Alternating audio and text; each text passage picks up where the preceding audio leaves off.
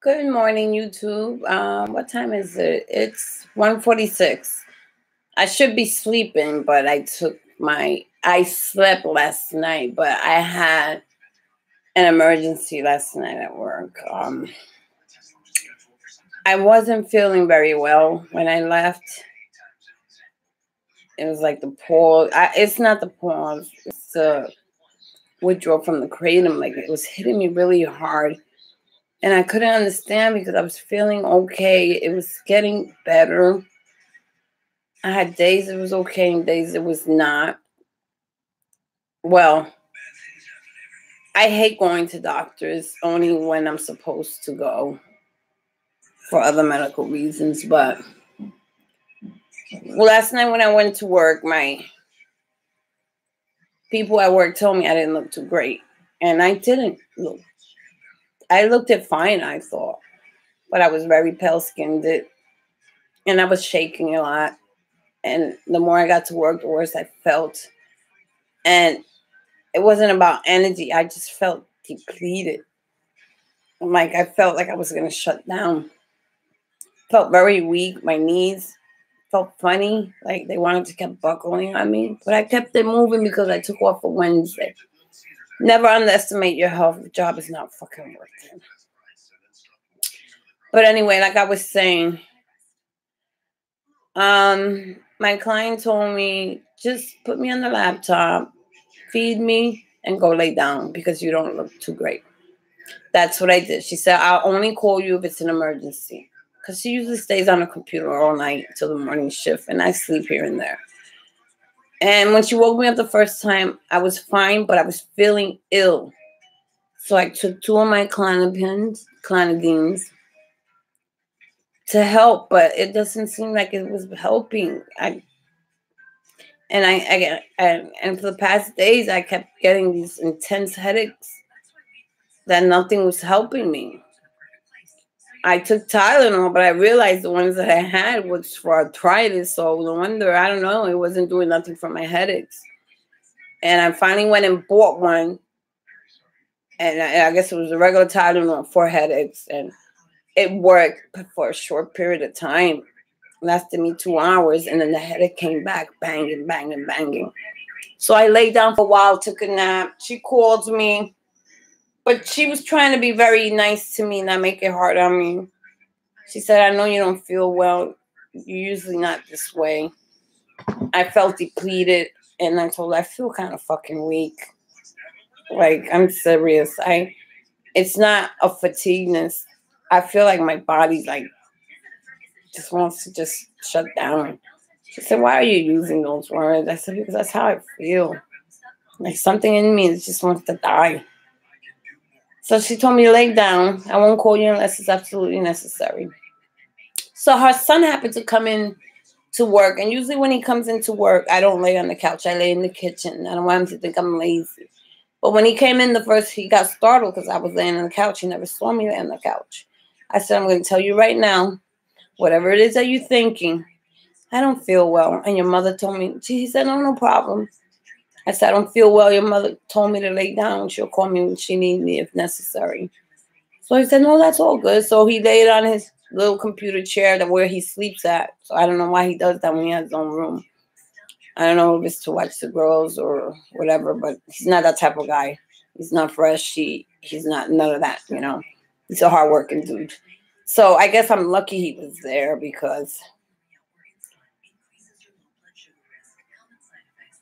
I always hear my client, like I sleep, but I don't sleep. And I know when she screams is when I hear her. And her son woke me and said, my mom's calling you. And I said, it's funny, I didn't hear her. He said, you were in a deep sleep. So when I rose up to sit up to get up, my eyes were twitching. And I felt like I couldn't have control of my vision. But I got up very quickly. And I guess it was too quickly. And I took a step and I fell. My knees buckled and I fell down to my face. But lucky I put my two hands in front of me because I already felt it when I took the step. My legs caved in and I fell and I put my hands on front of me would save my face from a hardwood floor. I stood there for a few seconds, which felt like forever, because I couldn't believe what was happening to me. And I was dizzy, so I couldn't really get up, so I had to wait a few minutes. Now, by this time, her son was knocked out. He never heard me fall. I didn't fall with a bang.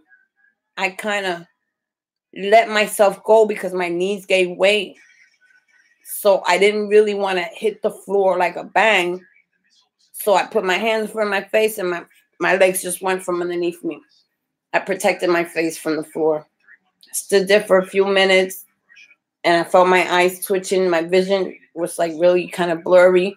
I was confused. I didn't realize even at one point what was going on. And for a minute there, I forgot where I was. But I know I heard her. And he asked me if I was all right. I said, no, I can't get up. I was like, what do you mean you can't? I said, I can't get up from the floor. So he helped me up. And I went and he sat me on the couch. And I went to lay down. He said, no, don't lay down. Sit up. Let the blood come back up to your head. I did that. So he went and told his mama what was going on. Of course, she worries. Even though we have a complicated relationship, I still care about her, though. That's why I guess I'm still with her, even though she gives me a hard time. You know, and she's nasty with me and I'm nasty with her, but we still together. But she still shows empathy and care for me. Because when she noticed when I first walked in, she said, you don't look right. Something's wrong. And I told her I was going to go to the doctor's Friday. And I told her I didn't go. And she said, either you lied to me or you told me you was going to go, that you wasn't feeling right. I said, I just was too tired. And she says, it's on the corner. The bus leaves you right on the corner. I just didn't feel like dealing with people. And I felt so weak and withdrawing that I just said, fuck it. So it took me a while. And when he told me, my mom says, just sit there for half an hour until you get yourself together, until you get enough strength to get back up. You know, I said, don't call no ambulance. Don't call anybody. Let me ride this out. If she needs to clean her nose, please clean it for me or whatever. It wasn't a diaper change because she doesn't get it till 6 o'clock in the morning because she loves her computer. She'll sit there. But the whole point of the matter was I rested a little bit. I got up slowly. I felt a little strength come back. It wasn't a lot to finish the day off, but I came back in the room. She asked me, what the hell happened to you? I said, I fell. I woke up. I felt dizzy. My vision wasn't right, and I felt confused. So she told me, can you finish out the day? Or I can sit here until the next 8 comes. It's 6 o'clock in the morning. You don't have to bathe me. I could just sit here 2 more hours and wait for 8. Because if you don't have the strength to lift me up from this Hoya lift, I don't want to get hurt, and I don't want you to get hurt. But I told her I have enough strength. You know, I got enough strength now. She said, your legs gave in. What if they give in? Well, I said, I promised you nothing would happen. I felt that confident. Even I took a chance on doing it. I felt confident enough to be able to handle it. She said, you want my son to help you? I said, I'm good. I managed to do it. I did it very quietly, and I put my all in it, and I managed to get her out of bed. I managed to undress her. She didn't give me a hard time. She didn't talk back, and usually she's always do this, do that. But she saw it in my face. I wasn't really going to deal with that. I wasn't in the right frame of mind to hear anything.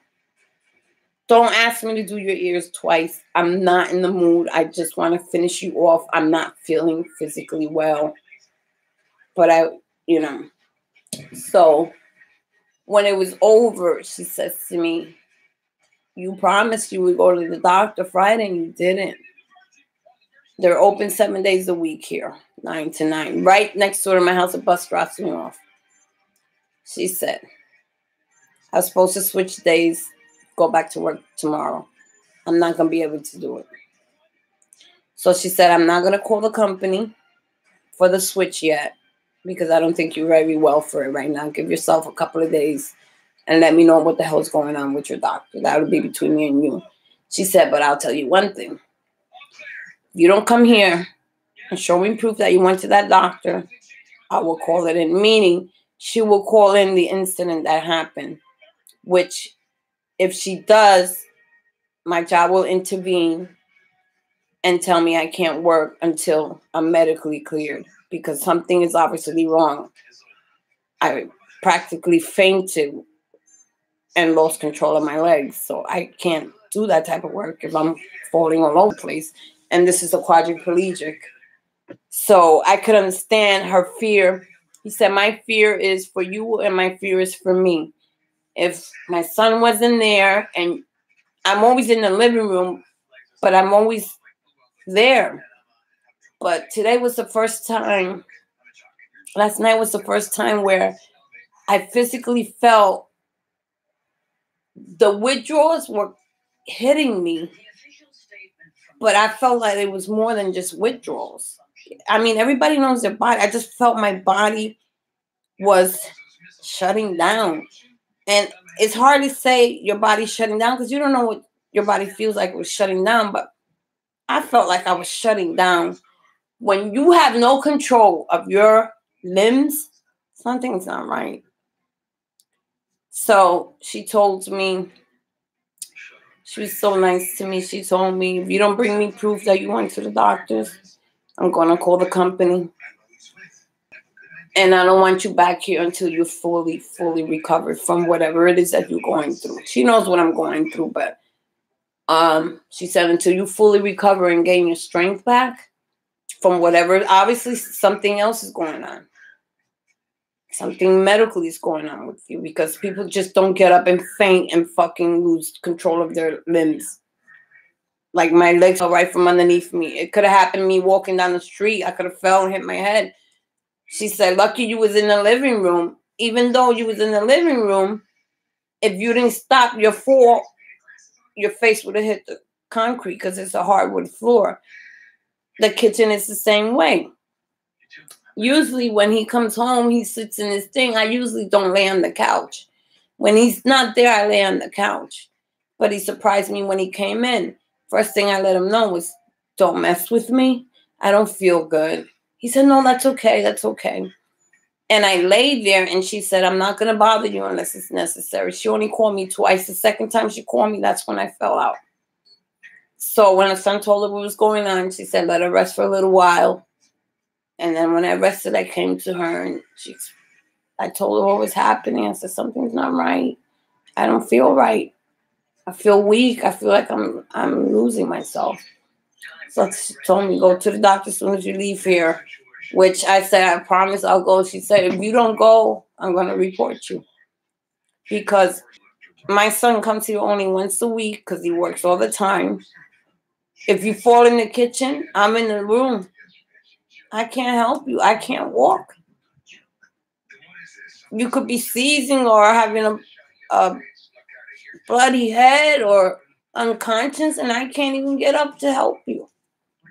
I can't have you that unfit like that because jeopardizing her and I'm jeopardizing myself. She said, you could be dying in there and I can't even help you. She said, it's going to be hard for me to live with that fact. So I need you healthy. So I said, I promise I'll go to the doctor and find out what's going on. So when I went to the doctor, I explained to her about everything. Of course, the detoxing and everything. And I asked her, do you know what pulse is? She looked at me. She didn't even know what. And she pulling out her phone to look it up. I said, don't bother. Because you doctors don't acknowledge it. She said, oh, it's not that. We weren't taught. So then you do know what it is. It initially happens after the symptoms of the you coming off the drugs is physical and mental part. And I went through that already. But right now I'm going through another little withdrawal. It's not very bad, but for the past 3 days it's been getting worse.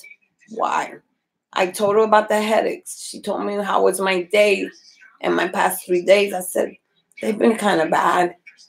Like I wasn't waking up sick, and then all of a sudden I was waking up sick, and then realized what it was. Usually, not the pause. The withdrawals that I was having from the kratom would only happen at night, and then in the morning they would go away, and they don't happen till I sleep. I was cool with that, but then it was going into the day. So now that I understand what's going on, well, when I finally went to the doctor, she wanted to know what was going on for the last week, and I told her I've been getting intense headaches. I took like 2 bottles of Tylenol already, and nothing's helping me. I take clonidine for my blood pressure. My blood pressure was like 130 or something. She said it's not that bad, but just be careful. And that was okay. She said the headaches are coming from somewhere else.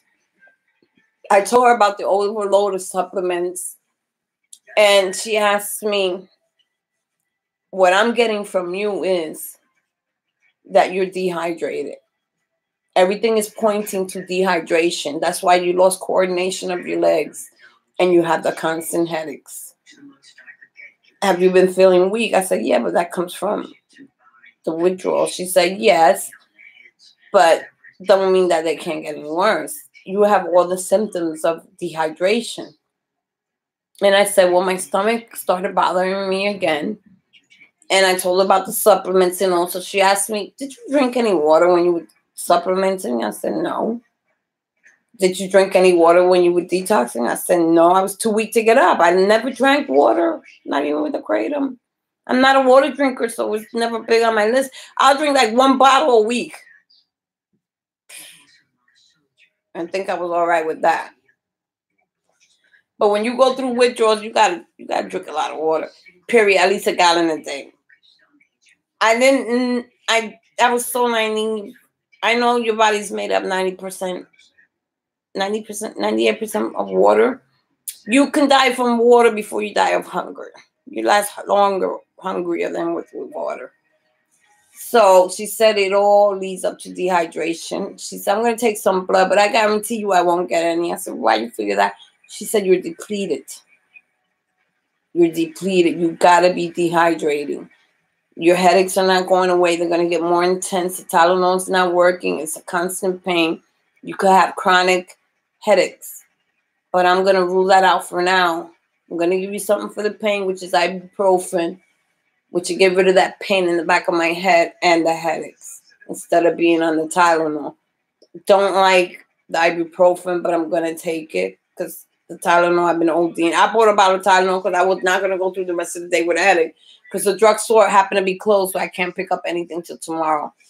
So she said, I suggest you go get a case of water and a case of Gatorade. She said, I want you to drink 1 32-ounce of Gatorade and 4 bottles of 16-ounce each of water because I need blood from you tomorrow. They couldn't get any blood out of me. The girl said, you're dehydrated. You have no water in your system. Can't get any blood. Tried 3 times. She said, all my veins kept collapsing. It's like I'm dry. She said, you're dehydrated, mommy. So she said, I should just put you in the hospital. I said, well, just give me a chance.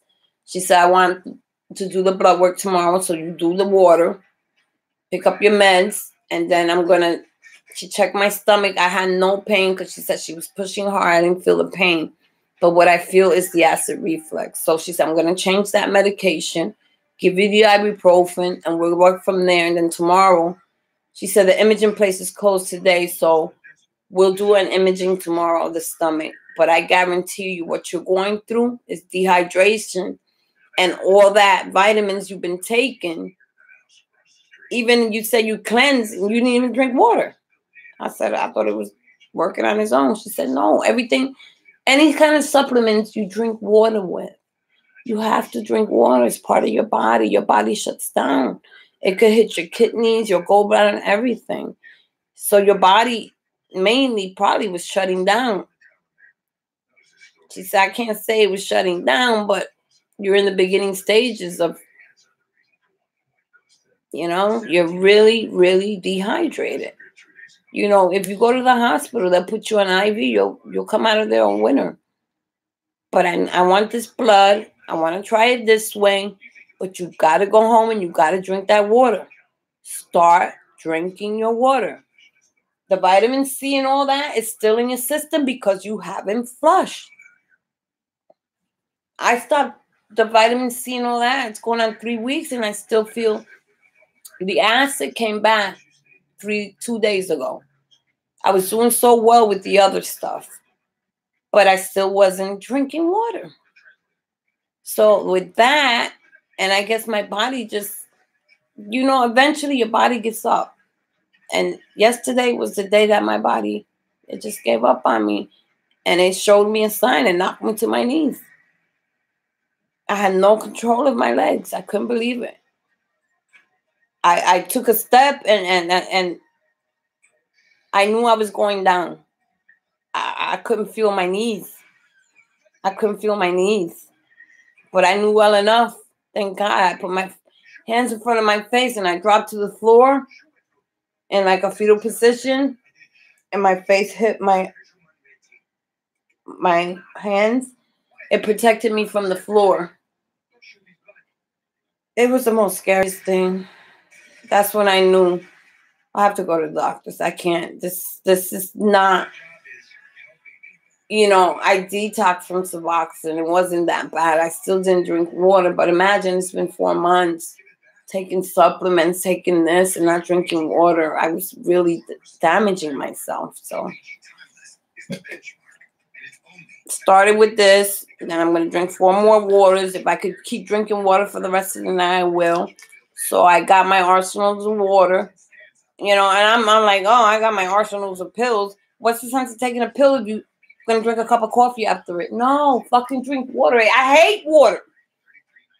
And I won't put none of my stuff in the refrigerator because I can't stand cold stuff. I'll just sit here and sip. But being room temperature, I could gobble it down. But like I said, it was a real eye-opener for me. Scared the crap out of me.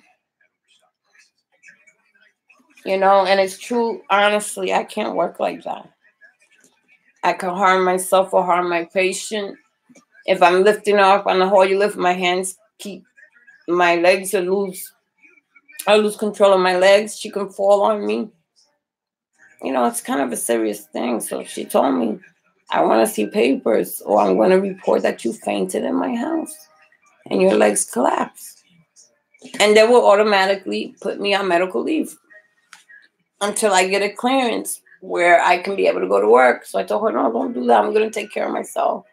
She said, you promised me? I said, I promise. She said, you show me the papers when you come back to work. I was going to start working tomorrow on Mondays, switch days, but I'm not going to do it. I'm going to wait another week. If the girl can wait another week, it's fine. But I got some medical things I need to do. And I'm very dehydrated right now, so I have to drink gallons of water and stuff right now. That's why I'm going Wednesday. I was feeling very weak, so. And you know what my sister says? It's such a simple thing that could turn so serious. Still hate water. But like I said, I'm on day 110 of the kratom. 110 days of opiates and 10 days of kratom. Still feeling the withdrawals. But I think that not being dehydrated made the withdrawals even worse. And taking supplements on top of it made it even worse. So my body just went into like shock or something. So I'm not gonna do that. I'm gonna drink my water whether it fucking kills me or not. But it'll be me in the bathroom today. But I don't ever want to go through that because she told me if you was walking in the street and fell on the sidewalk, bumped your head on the sidewalk, you could get a seizure. You could get a fucking blood clot in your fucking head. You got to take this shit seriously. I'm not saying I don't take my health seriously, but I didn't think that simple water, not drinking it, would cause so much damage to me, and it has. So from now on, viva la water. My sister said, go shopping right now. I don't care how you feel. Go get you your case of water and go. I had a case of there already, but I'm going to need another case. So tomorrow, if I feel a little better, I'm going to go to BJ's and get like a case of Gatorade and a case of water. And she told me I'm malnourished. And the funny part about it, I got on the scale, I weigh 139. I said, well, take something away from my clothes. She said, I'll take an ounce or two. But I said, well, how could I have that weight? She said, it doesn't matter how you weigh. You could weigh 90 pounds, be unhealthy. You could weigh 150 pounds and still be unhealthy. You're not, you don't have the nutrients in your body. You're not eating correctly. And you're not drinking water. You're killing yourself. Not that I want to die, but you learn something new every day. This is something I should know. I'm 52.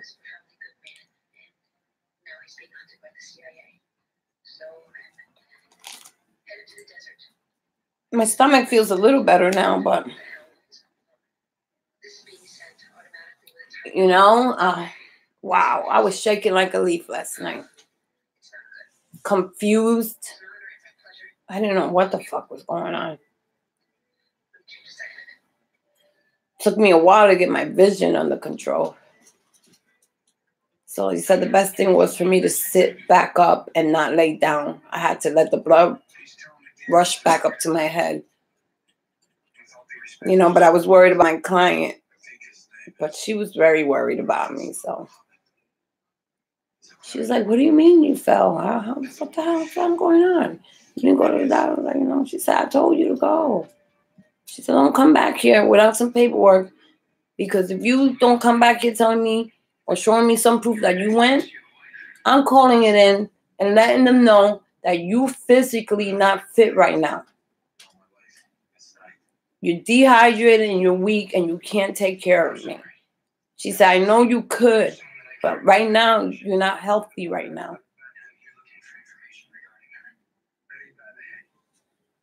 It's okay. I'm not healthy right now. But imagine I'm the one going through this. And I feel it. I felt the depletion. I felt when I was walking, I felt lightheaded all the time. My mouth dry all the time. But what would I do? Drink coffee. My lips dry. My mouth dry all the time. I didn't know what the fuck was going on. I thought it was all due to the withdrawals. And never did I know that I had to feed myself. Take a supplement, feed yourself. All that vitamin C you taking is still in your stomach because you haven't flushed. You didn't drink water. If I would have drank water from day one, you probably wouldn't have that problem. But you still need to drink at least a gallon of water. You can't live without water. It'll damage your kidneys, your gallbladder. It'll throw your... She said, what happened to you was you went into like a shock. It's like your body is telling you. It's telling you, get your shit together. So, I'm going to take a nap. I don't want to wake up too late. I took out some chicken so I could start at least eating something. But she told me to start with some fruits and some vegetables, organic, if I could afford it. So I'm going to go to Whole Foods. Got a little bit of stash. So I'm going there to get some things that I need. Because over here, they don't got shit like that. She said start putting vegetables and fruits in you. You got to bring your nutrients back up. You got to bring that water in. Or you're going to be in a bad, serious problem. You're going to be stuck in IVs and drips.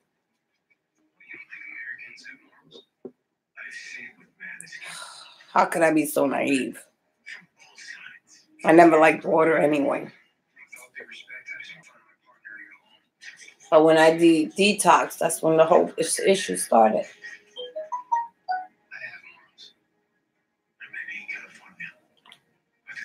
I'm taking the black seed oil and my clonazine. I'm all right now, but probably when I wake up, I'll feel fucking sick.